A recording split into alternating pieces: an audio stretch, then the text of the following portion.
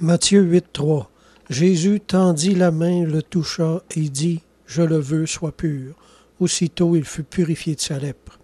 Jésus ne s'est pas conformé aux prescriptions de la loi qui défendait de toucher un lépreux.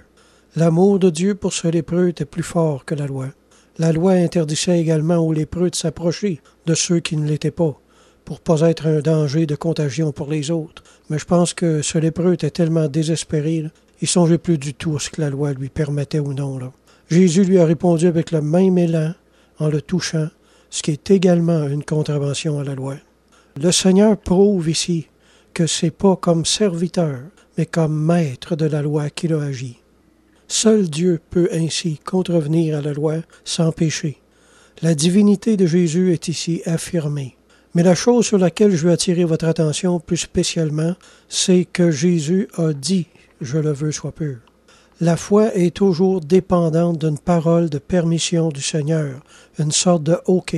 On aura beau faire tous les exercices de foi imaginables, mais si le Seigneur lui-même ne donne pas vie à notre foi, celle-ci va demeurer sans puissance.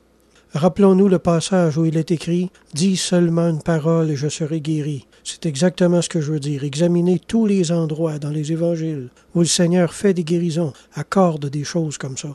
Vous allez découvrir qu'une parole du Seigneur est toujours à la source de la réponse, est toujours comme obligatoire pour rendre la foi de cette personne opérante.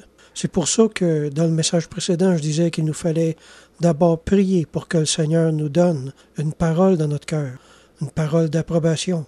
Avant de posséder la foi pour notre guérison, on a besoin d'aller chercher une parole comme ça. Voyez-vous, mes amis, même si elle est absolument nécessaire, ce n'est quand même pas la foi en tant que telle qui guérit. C'est Jésus qui est derrière la foi qui guérit.